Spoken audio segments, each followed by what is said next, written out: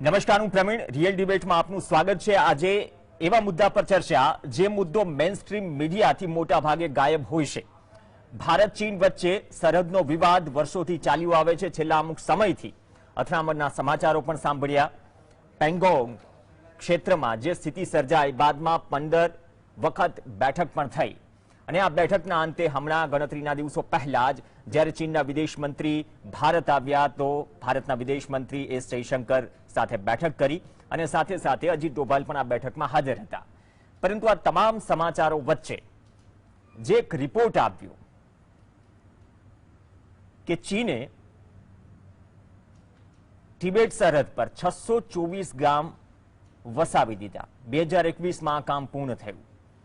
જે રિપોર્ટ્સમાં દાવો કરાયો છે તો સવાલ એ થાય કે રિપોર્ટ્સમાં એ પણ વાતનો ઉલ્લેખ છે કે 2017માં જિનપિંગના આદેશથી આ ગામ બસાવવાનું શરૂ કર્યું હતું અને માત્ર ગામ નહીં, પાક્કા મકાનોથી માંડી, વીજળીથી માંડીને તમામ વસ્તુઓ, તમામ સુવિધાઓ ગામ ચીન ઊભા કરી રહ્યું છે.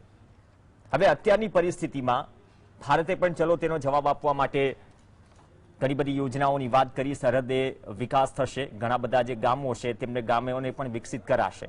પરંતુ હાલની પરિસ્થિતિ એ સ્થિતિએ પહોંચી છે જેની નોંધ મીડિયામાં કેટલી લેવાય છે તમે સૌ જાણો છો. અને આ તમામ પરિસ્થિતિઓમાં ભારત પણ કંઈ ચલાવી લેવાના મૂડમાં નથી. આપણે કંઈ ચલાવી લેવાના મૂડમાં નથી. જયશંકરે સીધું જ કહ્યું કે જ્યાં સુધી સરહદનો ઉકેલ નહીં આવે ત્યાં સુધી બંને દેશો વચ્ચેના સંબંધ છે સ્થિર નહીં થાય. બ્રિક્સ સંમેલન પણ છે.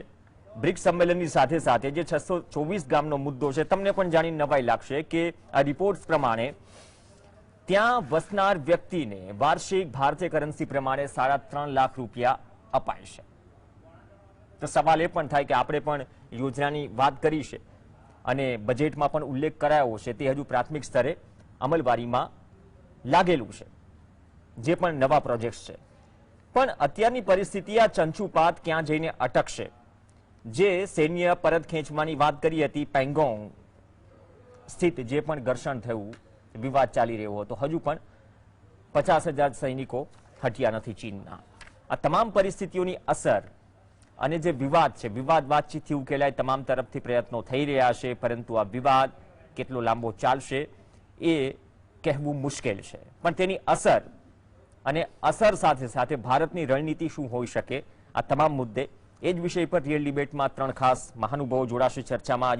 આજે આપણી સાથે ડોક્ટર જયનારાયણ વ્યાસ જોડાશે, Kedar Thakar, retired air commodore, Utpal Vora, retired navy commodore. ત્રણેયનું સ્વાગત છે. કેદાર ઠાકર ટૂંક સમયમાં જ જોડાશે. સ્વાગત છે બંને મહાનુભાવોનું. શરૂઆત વ્યાસજી આપથી કરીએ. આઈ હોપ કે અવાજ આપને પહોંચી રહ્યો છે. જો અવાજ પહોંચતો હોય તો જસ્ટ આપના તરફથી રિસ્પોન્ડ કરો. આપનો અવાજ તો છે બેઇજિંગ પહોંચતો. અરે વ્યાસજી, હમણાં બેઇજિંગ થી તો ચલો આવ્યા વિદેશ મંત્રી ભારતની મુલાકાતે. એસ જયશંકર સાથે પણ વાત કરી, ડોભાલ પણ બેઠકમાં હાજર હતા. આપણા તરફથી જયશંકર તરફથી કહેવાય છે કે સરહદ વિવાદનો જ્યાં સુધી ઉકેલ નહીં આવે ને હાલ તો આ સ્થિતિ ગોકળ ગતિએ ચાલી રહી છે, તો એક વાત તો ક્લિયર છે કે સરહદ વિવાદનો ઉકેલ નહીં આવે ત્યાં સુધી બંને દેશો વચ્ચેના સંબંધો છે સામાન્ય નહીં થાય.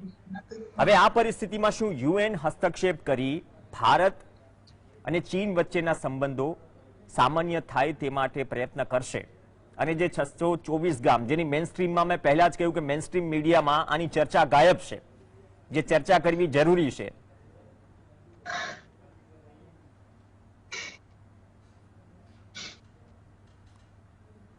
પ્રવીણભાઈ જી આપે બતાવ્યો. જી પ્રવીણ, મૂળ વાત એવી છે કે આ આપણે જે ચર્ચીએ છીએ ને એ પણ એક જેને કહેવાય પેરિફેરલ મેટર છે. ચીનના વિદેશ મંત્રી આવ્યા છે, શેના માટે આવ્યા છે, એનું શું કારણ છે, એને મેઇન સ્ટ્રીમ મીડિયાને એની હત્યા લાગતું ઓળખતું જ નથી. એમણે આખી વાતને આ 624 ગામડા સાથે જોડી દીધી. એટલે એમ કહી શકાય ભારતે પણ આ વખતે બજેટમાં પ્રોવિઝન કર્યું છે ભારતની સરહદે વસાવે. Issue is not that.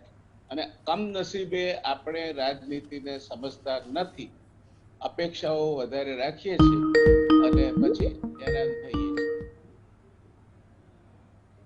વર્ષના અંતમાં ચીનમાં બ્રિક્સ એટલે બ્રાઝિલ, રશિયા, ભારત, ચીન અને દક્ષિણ આફ્રિકા આ દેશોની સમિટ થનાર છે અને ચીનને સંવાદ શરૂ કરવા માટે શ્રેણીબદ્ધ ઘટનાઓની દરખાસ્ત મૂકી છે.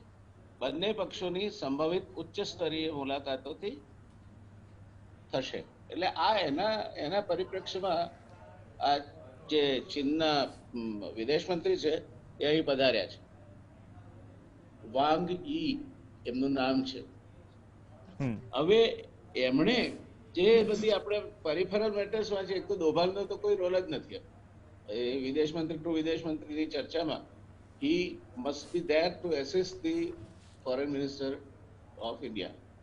એથી આગળ કઈ બહુ રોલ આમ એનો પ્રાઇમ મિનિસ્ટર બ્રીફિંગ માટે હશે, પણ ઓફિશિયલ જેને કહેવાય કે ફોર્મલ સ્ટેટસ એમાં ડોભાલની કઈ બહુ એટલે એસિસ્ટિંગ રોલ સિવાય બીજો કોઈ રોલ હોય મને દેખાતો નથી. મૂળ વાત એ છે કે ચીનનો અંતિમ અને સ્પષ્ટ ઉદ્દેશ વડાપ્રધાન નરેન્દ્ર મોદી બ્રિક્સ સમિટ માટે વ્યક્તિગત ઉપસ્થિત રહે એ વાત સુનિશ્ચિત કરવાનો છે. રશિયન રાષ્ટ્રપતિ વ્લાદિમીર પુતિન પણ હાજરી આપવાના છે.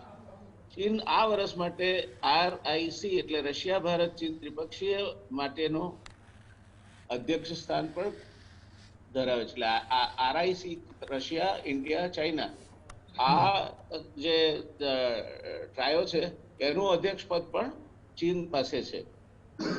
ચીન બ્રિક્સની સમિટના ની સાથે સાથે આ નેતાઓની સમિટનું પણ આયોજન કરવા માંગતું હશે એવું આપણે ધારી લઈ શકીએ. ત્યાર પછીની વાત કરીએ તો શી જિનપિંગની છેલ્લી મુલાકાત જોઈએ તો 2019માં બ્રિક્સના સમિટ માટે બ્રાઝિલમાં થઈ અને ઓક્ટોબર 2019માં શી જિનપિંગે મહાબલીપુરમમાં અનૌપચારિક સમિટ માટે ભારતની મુલાકાત લીધી હતી.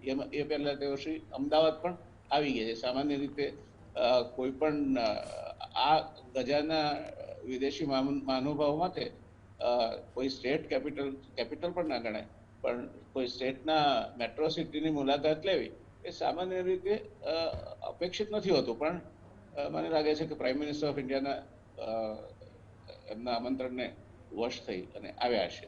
જેમ એ આપણે ચીન સાથે નજદીક છીએ એ બતાવવાનો પ્રયાસ હતો, એમ મોદી હવે બ્રિક્સ સમિટમાં જાય તો ચીનની આ એક્સિસ પર પકડ છે એ બતાવવાનો પ્રયાસ છે કે ભારતના વડાપ્રધાન હાજર ન રહે તો એઝ ઓર્ગેનાઇઝર એન્ડ પ્રેસિડેન્ટ એ લોકોનું ખરાબ દેખાય. એટલે મૂળ ઉદ્દેશ આ છે. આ વિદેશ મંત્રી અહીંયા કઈ ગામડાઓને આ સીમા ને એની એવા કઈ નિપજવાનું નથી. ધ ઇશ્યુ ઇઝ કે હવે હાયર લેવલ ડેલિગેશન આવશે, ત્યાંના બ્યુરોક્રેટ્સ છે, પોલિટ બ્યુરોના સભ્યો છે અને વિવિધ કમિટીઓ બનશે, એમાં ભારત પણ હશે.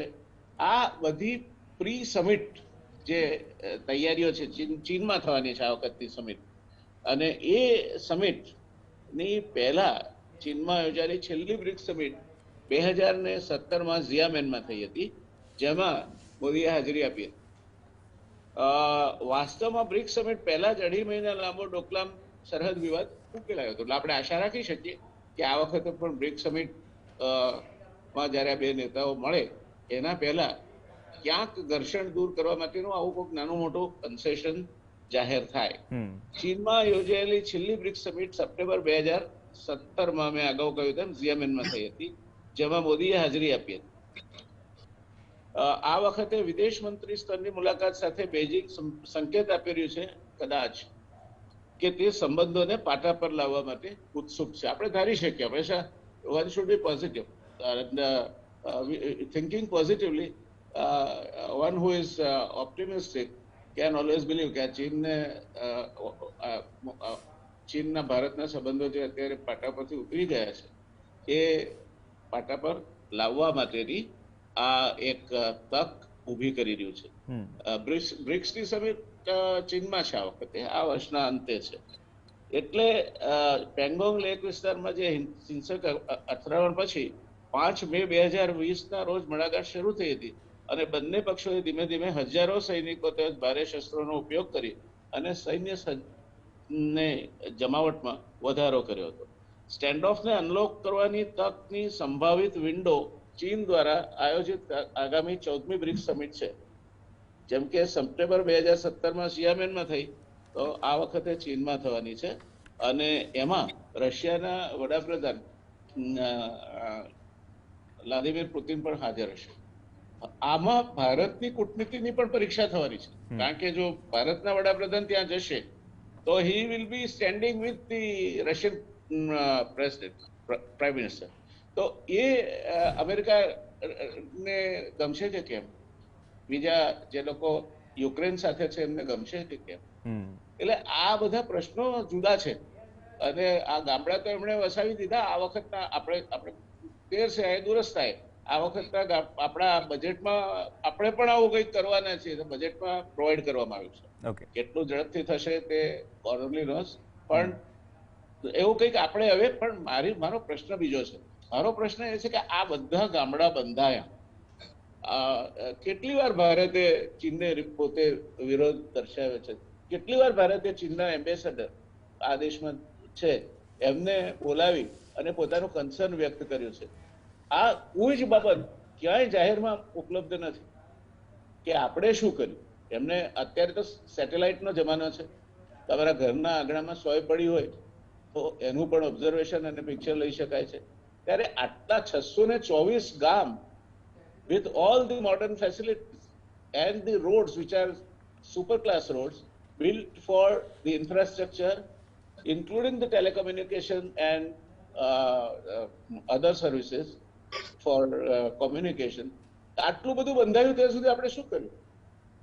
આમ તો આપણે we also have a very good reputed ISRO and space research organization ઉપરાંત બીજા પણ આપણી પાસે સ્પાઈ સેટેલાઇટ્સ હશે જ અવકાશમાં. તો આપણે કેમ આજે જાણીએ છીએ? ને એ જાણ્યા પછી મીડિયામાં કોઈ જગ્યાએ આવતું નથી.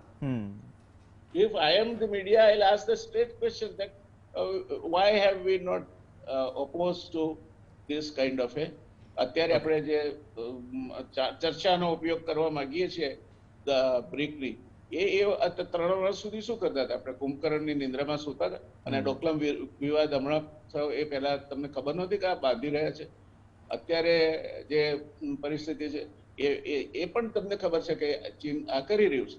અને તિબેટમાંથી જે ચરવાહા છે, જે લોકો શેફર્ડ્સ છે, એ લોકોને વસાવી રહ્યા છે ત્યાં. And they have built very good quality rods. એટલે ભવિષ્યમાં નોટ નેસેસરી કે એ માત્ર ને માત્ર નાગરિક ઉપયોગ માટે જ વપરાશે. These roads, of course there are both experts, very senior officers in the Navy and in the Air Force. They will be able to share their views, but it could be, you know, જો તમે તમારા પ્લેનને national highway પર ઉતારી શકતા તો આ પણ એની તૈયારી રૂપે છે એવું ના ગણી શકાય? એ તો યુપીમાં જે રીતે ફાઇટર એક્સપ્રેસ વે પર ઉતરે તો પછી એ મોડેલ, એ પ્રયોગ બીજે ક્યાંય પણ થઈ શકે. એટલે ચીનની આપણને દિવસે દિવસે ચીનની ધમકી વધતી જાય છે. જી. અને આ જે આ 624 હતા એમણે અરુણાચલ પ્રદેશમાં જે કર્યું જુદું, તો એ લોકો ત્યાં રહેશે. એ તો કઈ ભારતીય નાગરિકોને તો આપવાના નથી એલોટને. એ તો ચીનના એ લોકો સિવિલિયન ડ્રેસમાં મિલિટરીના માણસો નહીં હોય એની શું ખાતરી? અથવા તો સિવિલિયન ડ્રેસમાં એમના સ્પાઈ ઓર્ગેનાઇઝેશન્સમાંથી કોઈ નહીં હોય એની શું ખાતરી? એટલે how far you will be able to say કે this is only civilian initiative? No, I don't think it is. Okay. એટલે પ્રવીણભાઈ, આ બધા મુદ્દા છે. 624 મકાન તો એ બહાર આવ્યું, બાકીના જે અગત્યના મુદ્દા છે એ તો બ્લેકઆઉટ થઈ ગયા છે. ઓકે પ્રવીણભાઈ. ઓકે, ઉત્પલ વોરા, એ જ સવાલ સાથે આવું છું જે વ્યાસ સાહેબે કહ્યું કે અત્યાર સુધી આપણે કઈ જગ્યાએ કઈ રીતે શું એમ્બેસેડરને પણ આ અંગે રજૂઆત કરી છે અથવા તો વિરોધ નોંધાવ્યો છે. હવે 624 ગામડા એ પણ તમામ સુવિધાઓથી સજ્જ, અને એ પણ વર્ષે જો એવા રિપોર્ટ્સ હોય કે 3.5 લાખ રૂપિયા ઇન્ડિયન કરન્સી મુજબ ત્યાં રહેવા માટે આપવામાં આવે છે. એટલે 624 ગામડા જે ક્વોન્ટિટી જે છે અને ક્વોલિટી ઇન્ફ્રાસ્ટ્રક્ચર સાથે, તો આ વસ્તુ 2017માં જો જિનપિંગે આદેશ કર્યો આ વસાવવાનો, તો શું આપણે સંજ્ઞાન ન લીધું અથવા તો લેવાનું કેમ ટાળ્યું? એ પણ એક ગંભીર સવાલ અત્યારની પરિસ્થિતિએ ઊભો થઈ રહ્યો છે.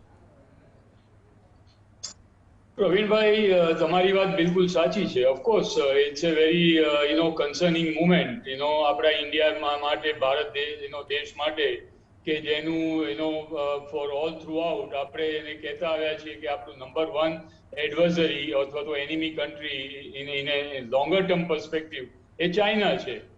પણ હવે મારે એ કહેવું છે કે જે ચાઇનાનો પ્રોબ્લેમ છે એ જે 1959 થી શરૂ થઈ અને 1985 સુધી આવ્યો અને 1985 થી 2011 સુધી આવ્યો અને 2011 થી પછી જે અત્યારે 2022 સુધી આવ્યો, ધીસ ઇઝ ઓલ ડોક્યુમેન્ટેડ. એટલે એની અંદર ટાઈમ વેસ્ટ કરીને અત્યારે તમારો પ્રાઇમ ટાઈમ વેસ્ટ કરવાની જરૂર નથી.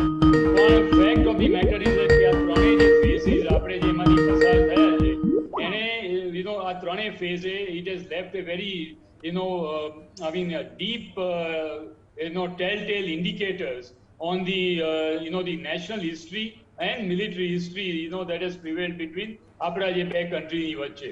હવે now let me come to the crux of the question તમે જે પૂછો છે કે somehow આ સિચ્યુએશન એવી છે કે the situation is deeply loaded towards Chinese side, whether we like it or not. અને we have to amplify on this issue કે ચાઇના એને પોતાનો સ્ટ્રેટેજિક ઓબ્જેક્ટિવ આપણને ગમે કે ના ગમે પણ it is achieve. And China અને ભારત એ બંને એશિયાના દે આર જાયન્ટ કન્ટ્રીઝ અને they are also the nuclear arm countries. માટે આ જે સિચ્યુએશન ઊભી થઈ છે એની અંદર અત્યાર સુધી એક જ વસ્તુ એ છે કે we have not at any moment of time, અને આ સમજો તમે કે we have never ever insisted કે the status quo ante position must be established by China. તો 2020 ની status quo ante position if is not insisted, is not demanded, અને એની જો એને requirement ના હોય anymore, તો પછી China is let off the hook. Now we can always on a strategic thinker point of view, we can always say that India is taking a very pragmatic view that given a situation where Chinese defense budget is 4 times the defense budget of India, and Chinese economy is also almost 4 times the Indian economy, and a $19-20 trillion economy જે વર્લ્ડની number 1 economy બનવા જઈ રહી છે, એ જાતના દેશને, એ જાતના રિસોર્સિસને, એ જાતના military માઇટને, is there any point in going to war with that country? Now, and therefore, what is the best thing to do? અને જે પહેલાની આ જે ડિબેટ હતી હતી એમાં વ્યાસ સાહેબ જે એન્કરિંગ કરતા હતા એ વખતથી 2020 ના એપ્રિલથી I have been saying nothing else matters except status quo ante. પણ એ તો આપણે કોઈ દિવસ ડિમાન્ડ ના કર્યું અને ટેબલ પર એ ડિસ્કસ કર્યું. ચાઇનાએ just waved it off. ચાઇનાએ તો ઉપરથી આપણને લેક્ચરિંગ કર્યું કે તમે આ જે બધી બોર્ડર ઇશ્યુ થયા છે એને leave it at appropriate position. Even now જ્યારે આજે ચાઇનીઝ ફોરેન મિનિસ્ટરની આ વિઝિટ થઈ એની અંદર mister Jaishankar was given this the kind of option. જે 3 ઓપ્શન આપ્યા એની અંદર એ જ હતું. પહેલો ઓપ્શન હતો એ કે તમે જે બોર્ડર ઇશ્યુ થયા છે એને ભૂલી જાઓ, એ જે થઈ ગયું એ થઈ ગયું, હવે એને ડિસ્કસ કરવાની કઈ જરૂર નથી, let's move on ahead with the time. અને માટે એને માટે ડિસ્કસ કરવાની કઈ જરૂર નથી. એના રિસ્પોન્સમાં mister Jaishankar, the external affairs minister, very rightly છે કે જ્યાં સુધી બોર્ડર એની પરના ઇશ્યુઝ રિઝોલ્વ નહીં થાય ત્યાં સુધી બે દેશ વચ્ચેના સંબંધ નોર્મલ નહીં થાય. સો ઇઝ ધી નોર્મલ સંબંધોની ડેફિનેશન શું છે? Is it status quo ante? Is it disengagement? It is de-escalation? Is it the army or the armed forces going back to the barracks and normalcy restored? આ બધા જે phases છે that એને understand કરવા પડશે. માટે normalization of relationship is a very all encompassing the phrase, અને એને યુઝ કર્યા કરવાથી કોઈ ફાયદો થવાનો નથી. What do you want from China? You can't go to war with China, there is no doubt in that. You can only go into skirmishes, and you can't initiate you cannot come to the brink of war with a country like China at this point of time. It does not either suit China, it doesn't suit India. and more so to the India. કે જ્યારે અત્યારે આપણી priority has to be to transform our economy from almost 2.3 or 2.4 trillion dollar to to begin with up to 5 or 6 trillion dollar. અને તમે production centre બનો, production hub બનો, manufacturing hub બનો, આત્મનિર્ભર બનો to a large extent, not in full, in totality, because no country can afford to be આત્મનિર્ભર in 100% manner in globalized economy. અને માટે તમે ઇકોનોમિક માઇટમાંથી તમે ટ્રાન્સફોર્મ થઈને મિલિટરી માઇટ ડેવલપ કરો. આ બધું ના થાય ત્યાં સુધી how can you have a diplomatic power? And if you do not have a diplomatic power, you can have 15, 16, 20, 25 rounds of discussion. Why would Chinese listen to you? Chinese have openly dared to you that તમારામાં હિંમત હોય તો displace us. And if you cannot, then willingly mark my words, what will happen? The LAC, line of actual control, in due course of time, it will become LOC, line of control. And whether we like it or not, we'll have to just, live with that. Because you cannot displace Chinese, neither Chinese can displace us. કારણ કે હવે, having burnt our fingers in Doklam, Demchok, Depsang, Dolakbeg, Oldie, and, we have stopped talking even about, Demchok and Depsang, Hot Spring and Gogra. We are not talking about Dolatbeg Oldie and Karakoram Pass Highway. So, and wherever the Galwan and the Pangong Tso Lake, wherever the issues have been resolved, there it is only buffer zone has been created. And both the side have retracted behind from its, petrol position point, which used to be called PP15, petrol point 15. Now, are we going to discuss PP15? Or did we discuss PP15 when, the Chinese foreign minister came? So, these are all, Ani par readily, there are no answers available. Because, the entire discussion has taken place in a closed door environment. And unless the official versions are available, it would be futile to speculate.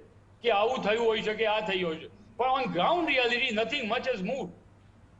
And the worst thing, Praveen bhai, what has happened is the Russia-Ukraine war. Now, Russia-Ukraine war is, people are not realizing, the world is not realizing, world leaders are not realizing that willy-nilly you are giving a blank check to China to emerge as one of the most prominent world power. Russia will be, having a very, very severe condition, economic conditions under the sanctions. And therefore, Russia will take a long time to come out of it. Russian military જે કઈ બધા losses encounter કર્યા છે, અને અત્યારે બંને સાઈડેથી mercenaries અને the militias, they have taken over the war. Similarly, the arms mafia and the oil mafia, they have also taken over the war and they are dictating the terms. Now, what is happening is that, suppose, let us just take, example. Suppose, 500, the Russian MiG-29 destroy થઈ ગયા આ વોરમાં. તો Russian aviation industry, Russian tank industry, Russian armament industry, Russian missile industry, Russian artillery industry, they will be working day and night to make losses of the Russian armed forces. Now imagine in this moment of time, or maybe in the ensuing future, suppose China does something, untowardly with India. We are fully prepared. We have met China boot by boot, missile by missile, fighter by fighter, road by road. We have, increased our defense budget. Is all that fine? But the ability of a nation to come out of the war is not to start the war or to face the war. It is how cleverly you sustain the war.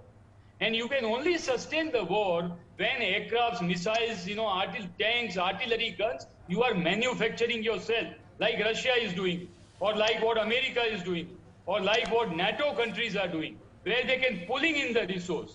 Now, from one side, Russia is down with his military hardware.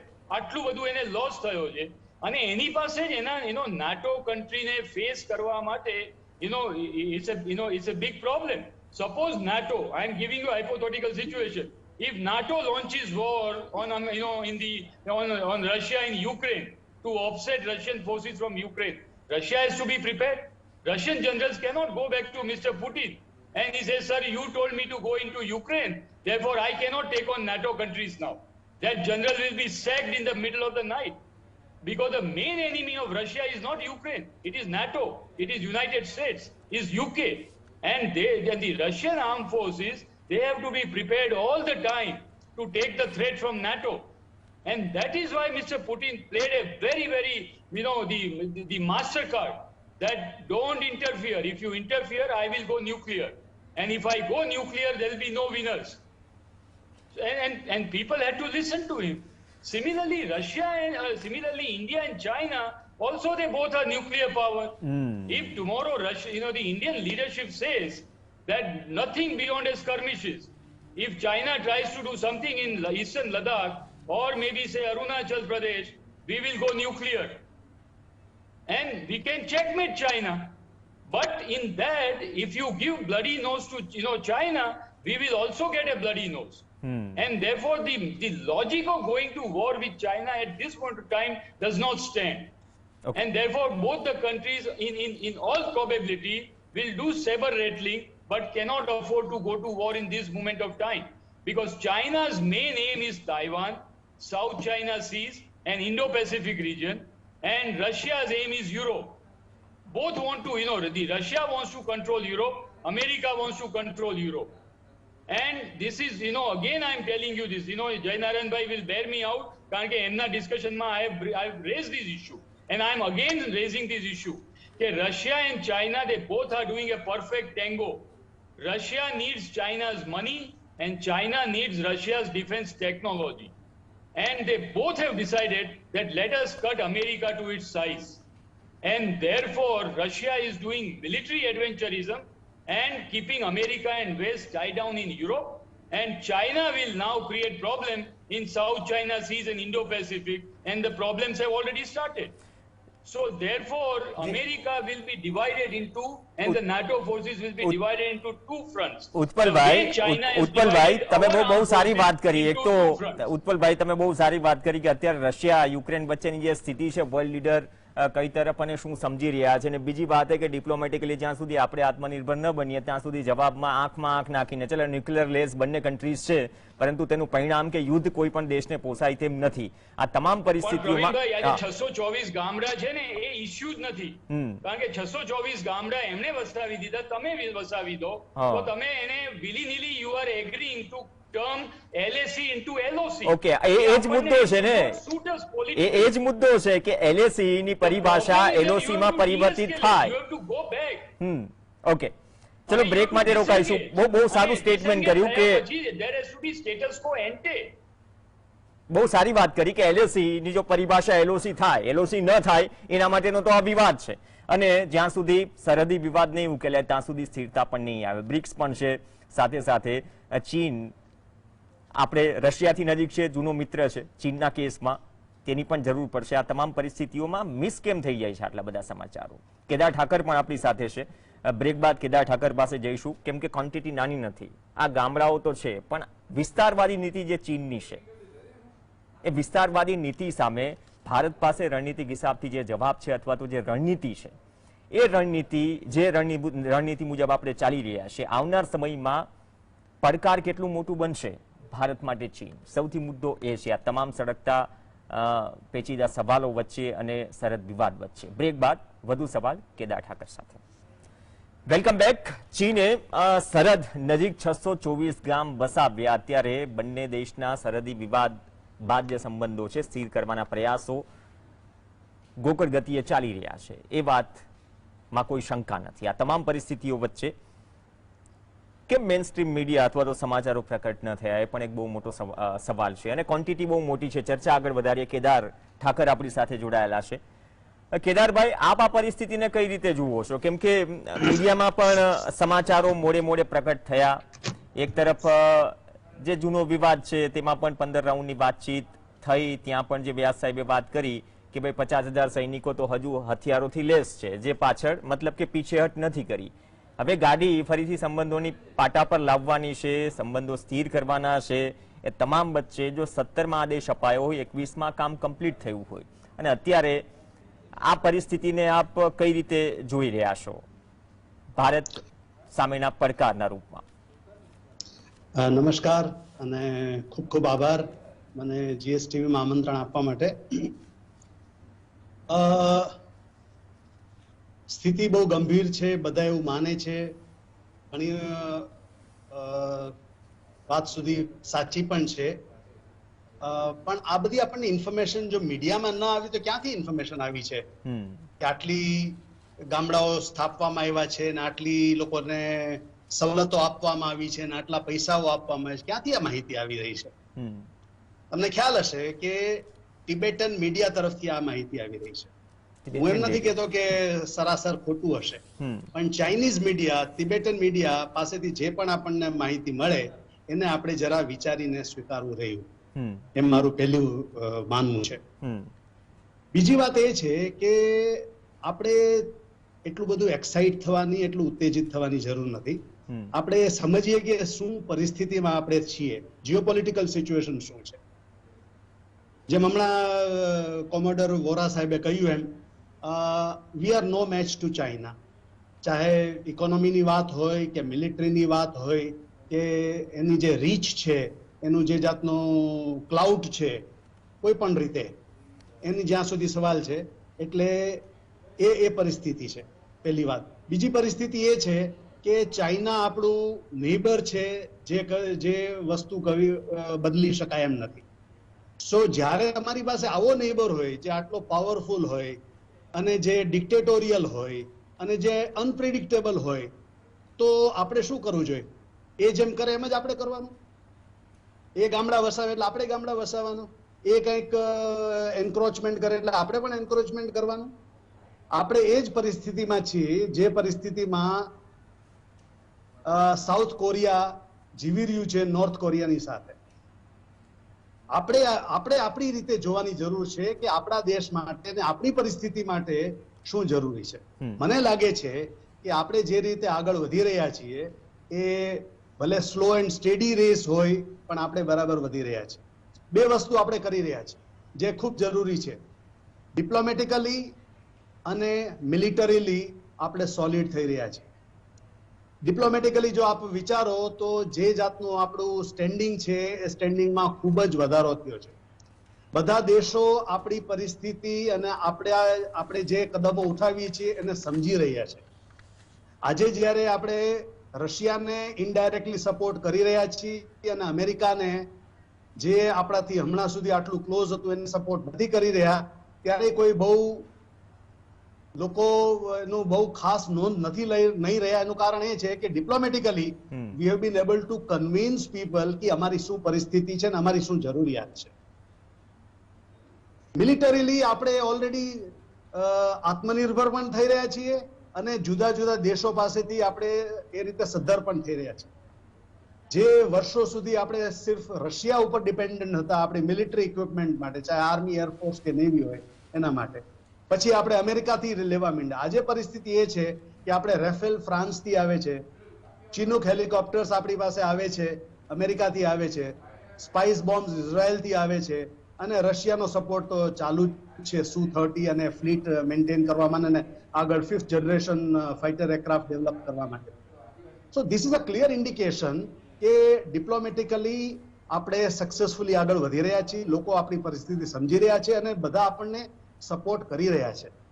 એટલે બે જે મુખ્ય મુદ્દાઓ છે જે આપણા દેશના હિત માટે જરૂરી છે એ કે ડિપ્લોમેટિકલી આપણે સોલિડ થવું જોઈએ અને મિલિટરીલી આપણે સોલિડ થવું જોઈએ. મારા હિસાબે એ બંને રસ્તાઓ ઉપર આપણે ભલે સ્લો બટ સ્ટેડી આગળ સરસ રીતે વધી રહ્યા છીએ અને ઉત્તેજિત થવાની કોઈ જરૂરત નથી. આપણી પાસે આજે એટલી તાકાત નથી કે આપણે ચાઇનાને ફેસ ટુ ફેસ આપણે લડાઈ લડી શકીએ, પણ એટ ધ સેમ ટાઈમ જેમ કહ્યું એમ we have given enough indications to China કે we are prepared in case a war is thrusted upon us. મારું એટલું જ કહેવું છે. Okay, thank you.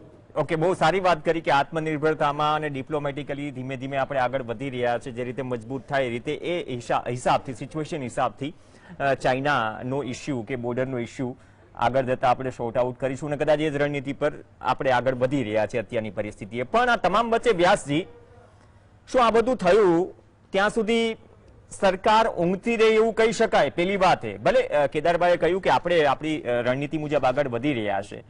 હવે ભારતે પણ જે આપણે અગાઉ વાત કરી, ભલે અગાઉ ચાઇનાએ જે આપણે રોડ બનાવવાની બોર્ડર્સ પર વાત કરી ત્યારે વાંધો ઉઠાવ્યો હતો, ચીનના પેટમાં તેલ રડાયું હતું, પણ ભારતે પણ બજેટમાં ઘણી બધી જોગવાઈઓ કરી છે. સરહદ પરના ગામડાઓમાં જે ઇન્ફ્રાસ્ટ્રક્ચર છે તેમને વસાવવાની વાત પણ કરી છે. આપણી યોજનાઓ હજુ પ્રાથમિક તબક્કામાં છે અત્યારની સ્થિતિએ, અને આ સરહદી ગામોમાં ચીને જે ગામો વસાવ્યા છે તેની સમકક્ષ શું આપણે ગામો વસાવી શકીશું? અને બીજું કે ત્યાં વસવાટ કરનાર લોકોને ચીન જે રિપોર્ટ્સ મુજબ કહેવાય છે કે દર વર્ષે નાણાકીય સહાય પણ આપે છે, શું એ પ્રકારની સ્થિતિ કે એ પ્રકારની જોગવાઈ કે જાહેરાત કે વિગતો શું અત્યાર સુધીમાં સરકાર તરફથી જાહેર કરવામાં આવી છે આપણા તરફથી? પ્રવીણભાઈ, આ બધી મેટર્સની પહેલી વાત તો એ કરીએ કે આપણે સક્ષમ છીએ આ કરવા માટે. એવું નથી કે આપણી પાસે કેપેબિલિટી નથી. સવાલ એ છે કે જે ડિસિપ્લિન જોઈએ એ ડિસિપ્લિન અને quality control at the time of execution, એ બેમાં આપણે ક્યાંક ને ક્યાંક પગલું ચૂકી જઈએ છીએ, અને પરિણામે આપણે ઇમ્પ્લિમેન્ટેશનમાં મોડા પડીએ છીએ, અને જે ક્વોલિટી છે એનું આદર્શ ઉદાહરણ નેપાળ છે. નેપાળમાં ઘણી બધી જગ્યાએ જે રોડ્સ બંધાયા છે એમ મારે જાતે જોયા છે. Quality control, being a civil engineer, I can say that quality control must have been thrown to the air. એટલે આ ઝડપનો એકલાનો સવાલ નથી. આપણા લેટેસ્ટ આપણે બધાની પાસે દેશભક્તિ છે, પણ એ દેશભક્તિ સાથે આપણે આપણી મર્યાદાઓને આપણો જે દુશ્મન છે એની તાકાત, એ બે વચ્ચે પણ સરખામણી ક્યારેક કરવી જોઈએ. All that we are doing is the best and other things. આપણે ડિપ્લોમસીની વાત કરીએ તો યુક્રેનમાં આપણી અગ્નિ પરીક્ષા થઈ ગઈ. This is not the issue to discuss. એટલે આ પરિસ્થિતિમાં આપણે આજની તારીખમાં વેરીફાઈ કરવા માંગીએ તો આપણી પાસે જાસૂસી સેટેલાઇટ છે. It is not in the today's age to know કે ચાઇનીઝ પ્રવૃત્તિ શું. ચાલો આપણે મકાનોની ગામડાઓની વાત છોડી દઈએ, પણ એની મિલિટરી મુવમેન્ટ તો ચોક્કસ એને તમે ટ્રેક કરી શકો. એટલે ક્યાં આપણે હજુ પણ ક્યાંક પગલું ચૂકીએ છીએ, અથવા તો નાણાંની તંગી છે. બેમાંથી જે ગણવું હોય તે ગણો, પણ આપણે પાછળ છીએ એ વાત ન સ્વીકારીએ તો આપણે કદાચ એવું દુઃસાહસ કરીએ કે જેનો કોઈ જવાબ ના હોય. ઘણું બધું કહી શકાય એવું છે પ્રવીણભાઈ, પણ હું આજે we have two distinguished Gujaratis who have done lot of proud to us, lot of pride to us. અને એમનો સમય કપાય એ નહીં ઈચ્છું. we'll make it up sometimes. એટલે હું આથી આગળ આજે ચર્ચા મારી ટૂંકાવી દઉં છું. કેદારભાઈ અને પ્રત્યુષભાઈને આપણે સાંભળીએ. they have straight on ground experience. So I conclude my presentation. Back to you. Okay, Utpalbhai, જે અગાઉ પણ વ્યાસ સાહેબે પણ ઉલ્લેખ કર્યો, તમે પણ ઉલ્લેખ કર્યો કે જે સ્થિતિ દક્ષિણ ક્ષેત્રના વિવાદ પર આપણે વાતચીત પણ થઈ, પરિસ્થિતિ ઉકેલાઈ ગયાની વાત પણ થઈ, પણ હજુ પણ 50,000 હથિયારધારી સૈનિકો બોર્ડર પર જ છે. હવે અરુણાચલથી માંડી, લદ્દાખથી માંડી, પેંગોંગ ક્ષેત્રથી માંડીને જે સ્થિતિ છે આ તમામ બોર્ડર પર, જે ચાઇના સમયાંતરે જે કંઈ ઇન્ડિકેશન આપી રહ્યું છે અથવા તો ઇનડાયરેક્ટલી ભારતને એ ચેલેન્જ આપી રહ્યું છે, હવે આ પરિસ્થિતિમાં જો સમાધાન થઈ ગયું હોય કે વાતચીત થઈ હોય છતાં પણ હજુ સૈનિકો ન અટક્યા હોય, તો આ સ્થિતિને આપ કઈ રીતે જોઈ રહ્યા છો? See, Praveenbhai, make no mistake. In diplomacy and in international relations, signaling matters. તમને જો ખ્યાલ હોય તો અત્યાર સુધી India Pakistan was always a hyphenated relations, અને American diplomats, American secretary of state કે secretary of defence, they never used to land in Delhi without going to Islamabad. They will first make a halt at Islamabad, have consultation, and then only they will come to Delhi. અને ઇન્ડિયાએ હંમેશા કહ્યું કે you stop hyphenating India-Pakistan relations, but nobody took note of that in the past. Similarly, Russia, China has also learned the same thing. Chinese foreign minister, where was he before he came to India? He was in Islamabad. What did he do? When બે statement issue કર્યા કે કાશ્મીર અને કાશ્મીર ટાઈપની waste Asia, middle east અને જે જેટલી situation છે એમાં ચાઇના પૂરો સપોર્ટ આપશે. પાકિસ્તાન ગમે એવી સિચ્યુએશનમાં હશે, we are there to support you. અને ઓઆઈસી નો એની સાથે પણ એમ જે હોબનોબિંગ કરી અને જે મેસેજ કન્વે કર્યો, that is a strategic signaling. As against that, you see the reality of life. Today, the trade deficit with China is rising almost $103 billion. $103 billion. Despite our, banning certain apps and, taking various, measures. માટે and China એને clearly આપણને કહ્યું છે, we consider Quad as a NATO, Asian NATO. And therefore, જો ભારત એની અંદર actively part લેશે, so we will take strategic cognizance of that on geopolitical canvas. Now read this the sentence the way you want to. Now if you don't go to Quad, then also there is a problem, because then American administration will not like it. એની પાસેથી $12 billion ના તમે Apache helicopter, Chinook helicopter, MS-60R, anti submarine warfare helicopter ને બધું લઈને બેઠા છો, અને હજુ બીજા $20 billion ના કોન્ટ્રાક્ટ પાઇપલાઇનમાં છે. તમે ઇફ યુ જો કોડની અંદર તમે એક્ટિવલી પાર્ટિસિપેટ કરો, તો રશિયા સાથે પણ long term strategic partnership will come into play, because now Russia needs China more than Russia needs India. માટે ઇન્ડિયાની situation is a very very precarious situation, અને માટે it is going to be a very very challenging situation for Indian leadership and Indian diplomats. And જેમ તમને ખબર છે, અને એ પ્રમાણે આપણે વ્યુઅર્સને પણ કહેવું જોઈએ, diplomacy only as a strength when you have either economic might or a military might. Unfortunately, your defense budget is 1.9 to 2.1% of the GDP and has remained stagnant for last 10 years, despite the rising challenges. So what do you expect out of it? That is the reality. And જેમ જયરાયણભાઈએ કહ્યું એ પ્રમાણે, કાં તો નાણાં વધારો, નાણાં વધી શકે એમ નથી, because we have just come out of pandemic. અને જ્યાં સુધી તમારી ઇકોનોમિક માઇટ ના વધે, ત્યાં સુધી તમે you will not be having a larger GDP, and if you don't have a larger GDP, you can't have a larger share in the military might. So how do you deal with this situation? Therefore, either one way you are dependent on Russia, one way you are dependent on America, and still our Russia-Ukraine situation જે create થઈ, એનાથી India's foreign policy, India's diplomatic, the maneuvering capability, અને world ઓર્ડરને કેવી રીતે નાથવો, it has come out as a big challenge. Now what do you do in Indo-Pacific and South China Sea? આપણે હંમેશા શબ્દો વાપર્યા છે, we want a rule-based order in South China Sea and Indo-Pacific region. Now without a veto power either of Russia or America, you have no standing in the UN Security Council. So if there is a skirmish with China, you need either America or Russia to bail you out by using veto and stand in support of you, and also keep providing you armaments. So either you go to Quad, then you annoy China or Russia. If you don't go to Quad, then you annoy America. અને હમણાં જે તમે બધી advance weaponry લીધી, એના spare parts and all, they will close it down.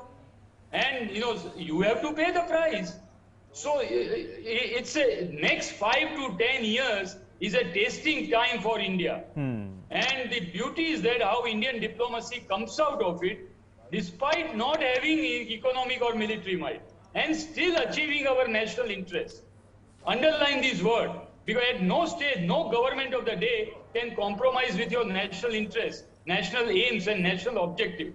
But how do you do it when you don't have that economic might and military might?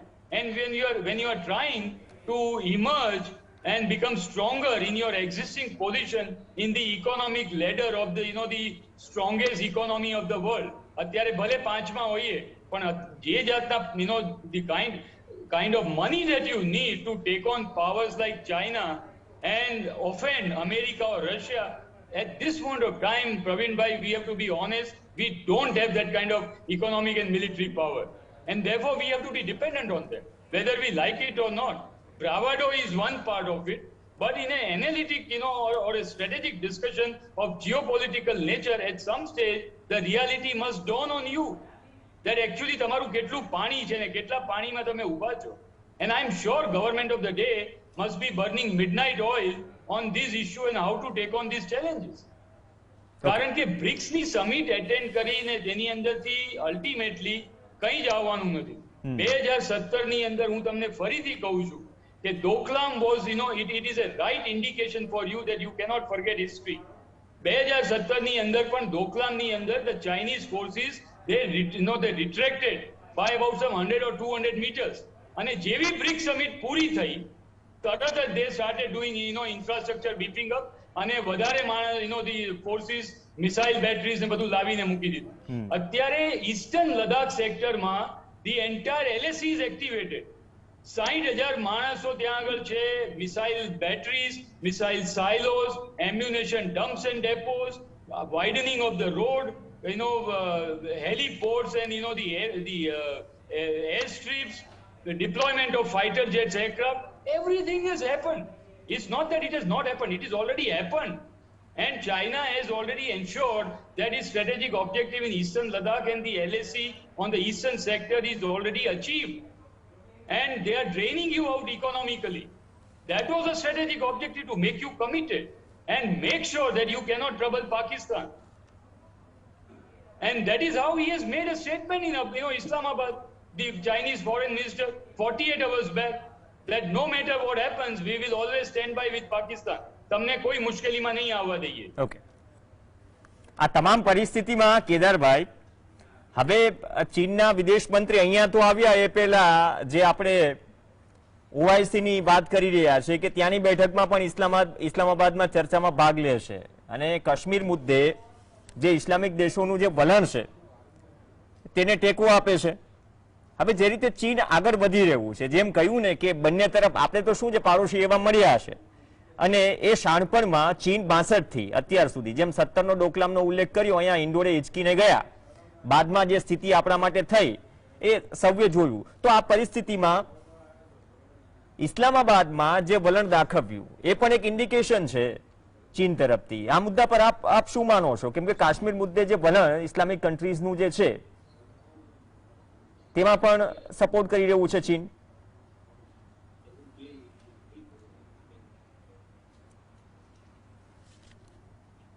કેદારજી, આપ તરફથી unmute કરજો. હાજી જી, હાજી હાજી હાજી. Is it okay? Yeah okay. Okay, બે વસ્તુ મારે કહેવી છે. એક તો OIC ની મીટિંગ થઈ અને એ લોકોએ કાશ્મીર ઇશ્યુ ઉપર પોતાનું વલણ જાહેર કર્યું અને જે જાતનું રિઝોલ્યુશન દર વખતે કરે છે કર્યું છે. ઓકે, દુનિયામાં OIC ને જીઓપોલિટિકલ મેટર્સમાં કેટલું સિરિયસલી લેવામાં આવે છે? OIC નું કોઈ સ્ટેન્ડિંગ નથી. એનું નામ જ છે ઓર્ગેનાઇઝેશન ઓફ ઇસ્લામિક કન્ટ્રીઝ. અને આ ઓર્ગેનાઇઝેશન જે કટ્ટર મુસ્લિમ કન્ટ્રીઝનું એક એસોસિએશન છે, એ લોકો ચીનની સામે કંઈ બોલી નથી શકતા, જ્યાં લાખો ને કરોડો મુસ્લિમો અગેન્સ્ટ અત્યાચાર થઈ રહ્યો છે. આ કઈ જાતનું ઓર્ગેનાઇઝેશન છે જેનો મેઇન પર્પઝ છે, જેનું બેસિસ જ ઇસ્લામિક રિલિજિયન છે, જેના બેસિસ ઉપર આખું ઓર્ગેનાઇઝેશન બન્યું છે? એ તો જરાય મોઢું નથી ખોલી શકતું ચાઇના સામે, બોલી નથી શકતું એને કે તમે શું સ્થિતિ કરી છે અમારા મુસ્લિમોને, એના માટે કંઈક તો બોલો. Nobody takes OIC seriously. OIC નું મહત્વ એ જ છે કે as far as the oil is concern, એ લોકો જે રીતે પોતાની સ્ટ્રેટેજી બનાવે છે એના ઉપર આપણે નજર રાખવી જોઈએ, કારણ કે એની ઇકોનોમી ઉપર, વર્લ્ડ ઇકોનોમી ઉપર એની અસર થાય છે. એટલે ત્યાં સુધી બરાબર છે. બાકી જીઓપોલિટિકલ ઇશ્યુઝ ઉપર કાશ્મીર ઉપર બોલે, પાકિસ્તાનને ખુશ કરવા માટે બોલે, એનું કઈ બહુ ધ્યાન દેવા જેવી જરૂર નથી. જ્યાં સુધી ચાઇનાનું છે, it is a credit two Pakistan prime minister who should be going any time, કે ચાઇનાના ફોરેન મિનિસ્ટરને લઈ આવ્યા. ત્યાં સુધી યસ, એને ક્રેડિટ છે. બટ તમે એક વસ્તુ તમે વિચારો કે ચાઇનીઝ ફોરેન એમ્બેસી એ જે આ આખું OIC નું કવર કર્યું છે, એમાં પોતાની વેબસાઇટ ઉપર કાશ્મીર નામનો શબ્દ રાખ્યો નથી. ત્યાં ભલે બોલ્યા હોય, પણ એની વેબસાઇટ ઉપર આખું કવરેજ છે. એમાં પેલેસ્ટાઇનનું નામ છે, યુક્રેનનું નામ છે, કાશ્મીરનું નામ નથી. શું કામ? અને બીજી વાત, શું કામ અહીંયા આવ્યા હતા? પછી શેના માટે આવ્યા હતા? મારું પર્સનલ મંતવ્ય છે, ખોટું હોઈ શકે. મને એવું લાગે છે કે ત્યાં થોડું જોશમાં આવીને કાશ્મીર વિશે બોલી તો ગયા, પણ મને લાગે છે કે જરાક કાચું કપાઈ ગયું એવું લાગે છે ચાઇના તરફ. કારણ કે અત્યારે ચાઇનાની ઈચ્છા એવી છે કે બ્રિક્સની જે હમણાં વાત થઈ રહી હતી કે બ્રિક્સમાં ભારતનો સપોર્ટ મળે, ભારત પાર્ટિસિપેટ કરે. એ પછી SCO પણ આવી રહ્યો છે, એમાં પણ ભારત સપોર્ટ કરે. કારણ કે એ દુનિયાને દેખાડવા માંગે છે કે અમે બધા અમને રિસ્પેક્ટ કરે છે અને બધા અમારી સાથે છે. એટલે મારા ખ્યાલ પ્રમાણે ભલે એ લોકોએ ચાઇના વિશે બોલ્યા, પણ તમે જો કે આટલું કરવા છતાં પણ ચાઇનાએ ક્યારે પાકિસ્તાનને ખરા સમયે મદદ કરી છે? કારગિલ વોર વખતે જરા પણ મદદ નહોતી મળી. એક એવી પરિસ્થિતિ આવી ગઈ જ્યારે પાકિસ્તાને વિડ્રો કરવું પડ્યું ત્યાંથી, અને ત્યારે જરા પણ ચાઇના તરફથી મદદ નહોતી મળી. 1971 વોરમાં ઘણી બધી જાહેરાત કરી, મદદ બિલકુલ નથી મળી. 65 વોરમાં એમ કહેવાય છે કે થોડી ઘણી મદદ કરી. એટલે વાતો કરવી એક વાત છે, અને ખરા સમયે જ્યારે જરૂર હોય ત્યારે કેટલા તમે પડખે ઉભા રહ્યો છો એ બધી જોવાની વાત છે. એટલે I don't take it very seriously. આ passing reference by China in a OIC to my mind is not to be taken very seriously. Especially જ્યારે એ પછી ચાઇનાના ફોરેન મિનિસ્ટર અહીંયા આવ્યા છે સંબંધો સુધારવા માટે થઈ, અને બે ટૂંકનો જવાબ એમને મળ્યો છે. ફોરેન મિનિસ્ટરે કહ્યું છે કે મે 2019 ની પરિસ્થિતિ જ્યાં સુધી નહીં આવે, 20 ની પરિસ્થિતિ જ્યાં સુધી તમે નહીં લાવો ત્યાં સુધી રિલેશન્સ નોર્મલ નહીં થઈ શકે. પબ્લિક સ્ટેટમેન્ટ છે. પ્રાઇમ મિનિસ્ટર મોદીને મળવા માંગતા હતા, એપોઇન્ટમેન્ટ નથી મળી નથી શક્યા પ્રાઇમ મિનિસ્ટર.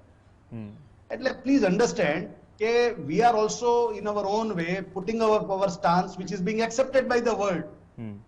આખી દુનિયા સમજે છે કે ચાઇના is an intruder. એટલે I don't think we should take it very seriously. That's my view. Thank you.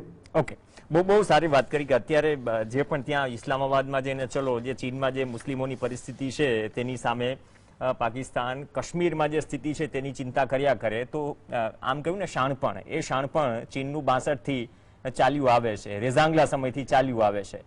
ઘણી જૂની યાદો ફંફોડીએ તો એ રેફરન્સ પણ આપણી પાસે છે. અને સાથે સાથે જે બેટૂક આપણું જે નિવેદન છે કે આવનાર સમયમાં જ્યાં સુધી યથાસ્થિતિ નહીં થાય 19 પહેલાની, ત્યાં સુધી વાતચીત ને બધું જ થશે, પણ ત્યાં સુધી સંબંધો સ્થિર નહીં થાય. આ તમામ પરિસ્થિતિઓ વચ્ચે યુક્રેન રશિયા વાળો મુદ્દો પણ કેટલો અસર કરે છે. સાથે સાથે પાકિસ્તાનમાં પણ ડામાડોળ સ્થિતિ છે. ઇમરાન ખાન સભાઓ કરે છે, લાખો લોકો ભેગા કરે છે, છતાં પણ ચર્ચા કરવી જરૂરી હતી કે ભાઈ ગામો વસાવ્યા છે, એની દરકાર ખ્યાલ હશે નહીં હોય છે જ, પણ અત્યારની સ્થિતિ એ છે કે આપણે સમકક્ષ પહોંચવું પડશે રણનીતિક રીતે, સાથે સાથે ડિફેન્સમાં જે આપણું બજેટ છે તેની રીતે, અને સાથે સાથે આત્મનિર્ભર જ્યાં સુધી નહીં બનીએ અથવા તો ડિપ્લોમેટિકલી આપણે જ્યાં સુધી આવનાર સમયમાં ડાયલોગ નહીં કરીએ ત્યાં સુધી પડકાર તો આ રહેશે જ. એ આપણે કડવી વાસ્તવિક તરીકે સ્વીકારવું પડશે. આભાર વ્યાસ સાહેબ. બંને કોમોડર ઉત્પલ વોરા અને કેદાર ઠાકર રિયલ ડિબેટમાં જોડાયા, ચર્ચામાં જોડાયા. આ સાથે ચર્ચામાં હાલ બસ આટલું જ. નમસ્કાર.